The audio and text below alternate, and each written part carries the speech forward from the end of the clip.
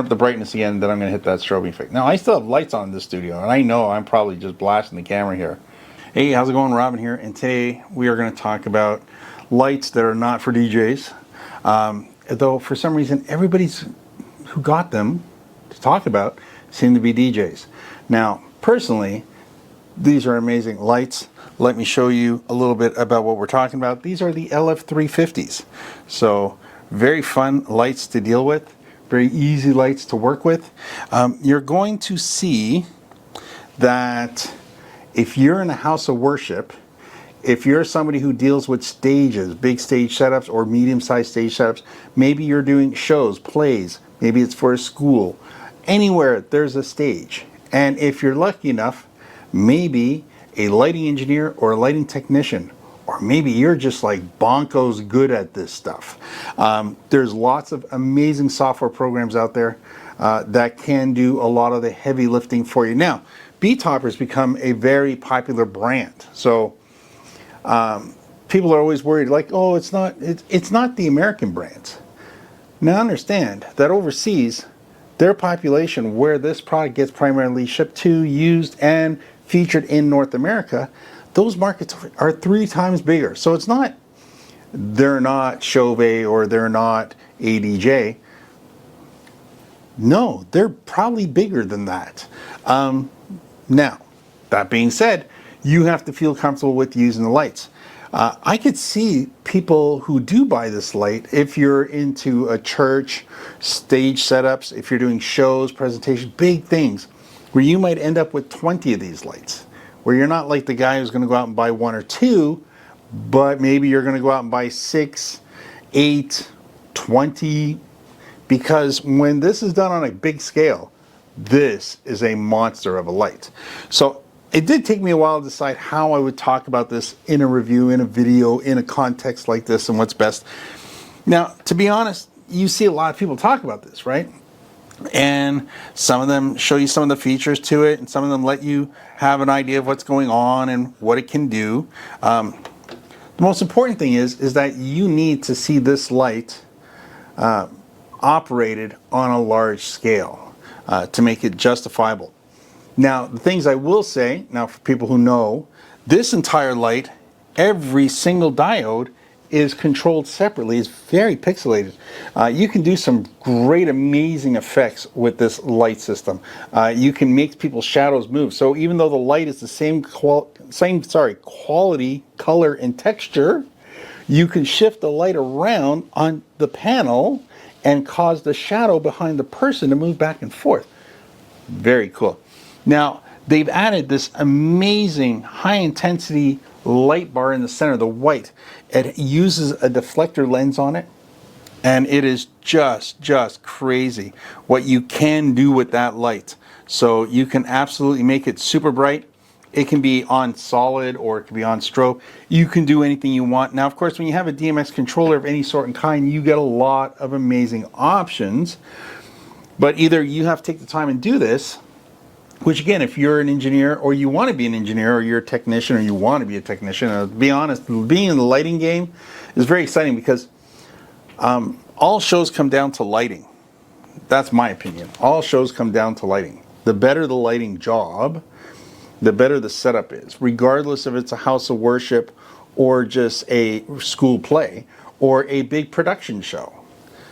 Lighting is very important. So learning how DMX works, learning how all of this works is going to make your life easier. Yes, it does have some simple automated background features, and that's good if you're demoing it. So if you're a store or you're just putting on a presentation or something like that, you can just set it in. But why would you do that? You'd want to be somebody who either puts it in their controller, because eventually you're going to find it in all the actual digital controlling software programs out there, and then you'll be able to just drop it in and add it to your catalog of lights.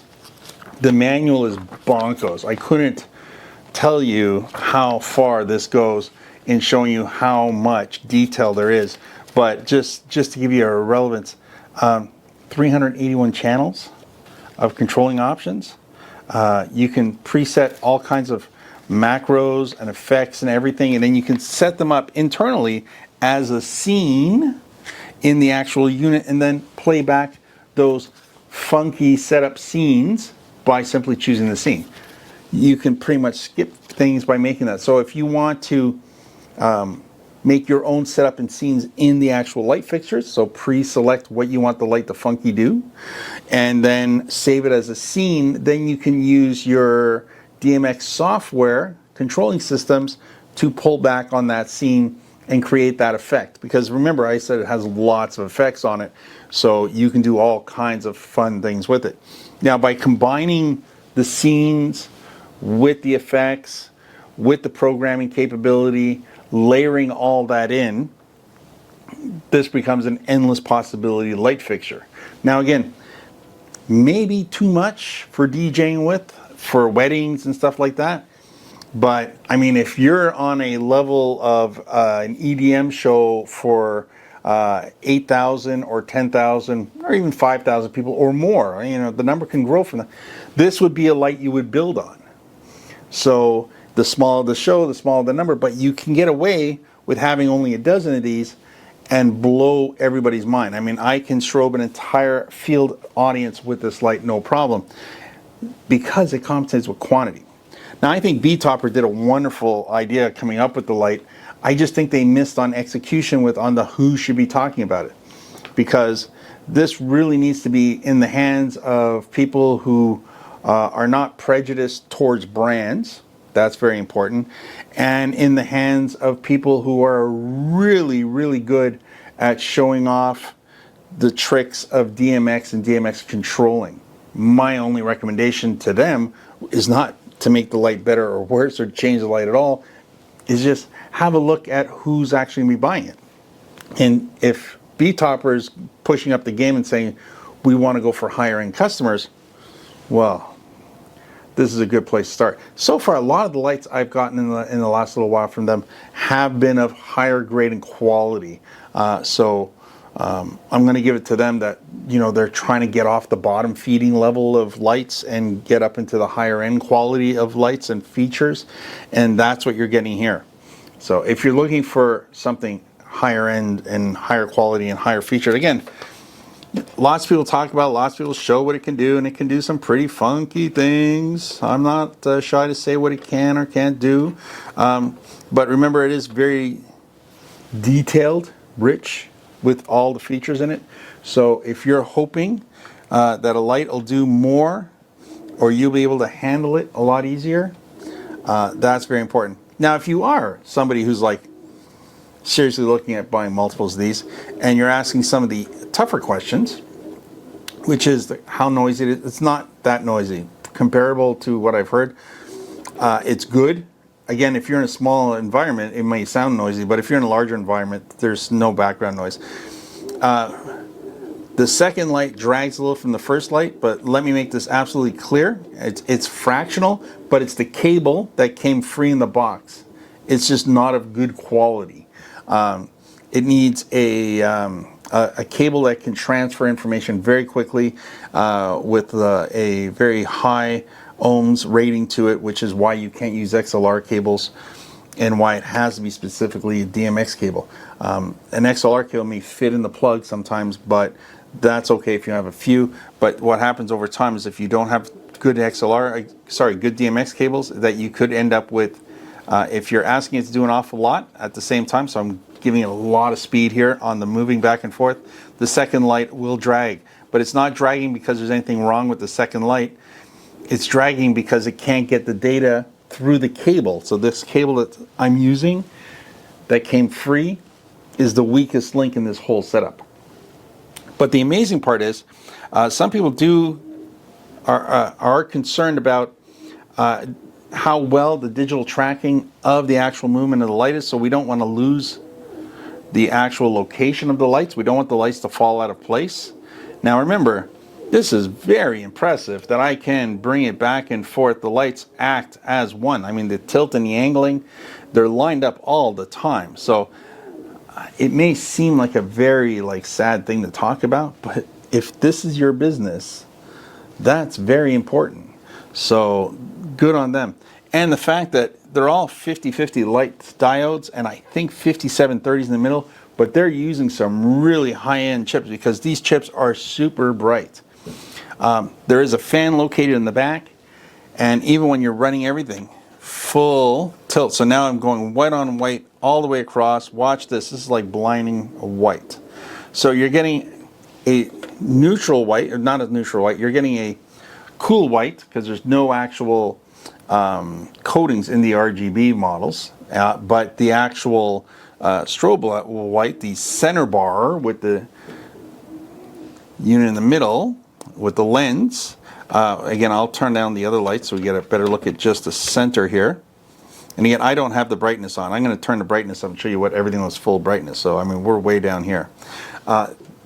These chips have a little bit of tint in them, so this way you're getting a good solid, I'm going to say this light here is standard white. So it's not, it has no warmth to it and it has no coolness to it. So there's no blue and there's no yellow in this light. Now I'm going to basically parent them up. I'm going to point them up, sorry, and we'll take it. I'm going to crank the brightness. Right now I've been running it at about 10-15%. So I'm going to bring up all the colors, including the white, and I'm going to bring it to the front now.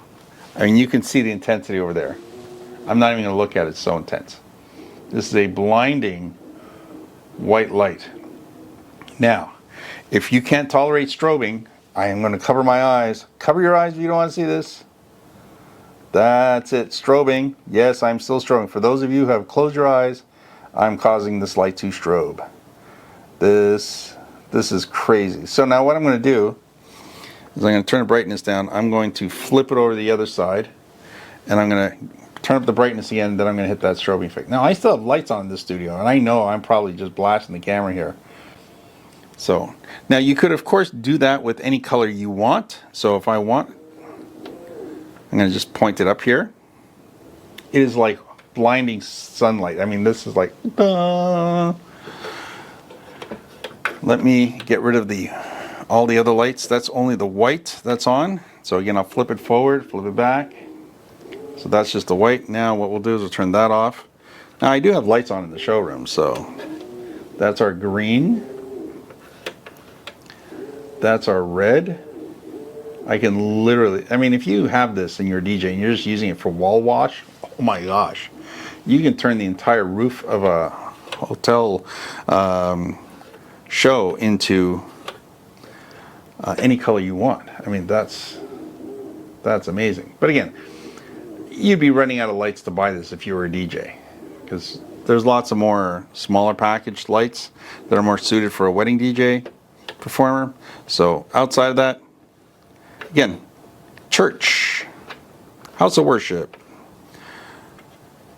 anything that has to do with stage, anything that has to do with plays, productions, or if you're doing live concert venue setups, if you're a technician and engineer in lighting and that's your business, you're not the sound guy, you're the lighting guy, you could take a look at this and you could be very, very impressed. Have a look down below at the links. I hope this video helped you out a bit in understanding where these lights fit in. Again, I'd like to thank Betopper for making this possible. And of course, being in Canada, they're available in Canada and in the US and lots of places all over the world. I'm going to have both links for Betopper and Amazon. Amazon link will get you anywhere in the world. That's important. Remember, these are the LF350s. For those of you keeping track, this is number 4. There's only 3 more product videos I'm going to be doing on this channel, and then I'm not going to be doing product videos like this anymore. So again, I'd like to thank them for not just this light, but for all the other lights that have been possible. So again, 3 more videos after this one. See you there. Thanks for watching. Bye for now.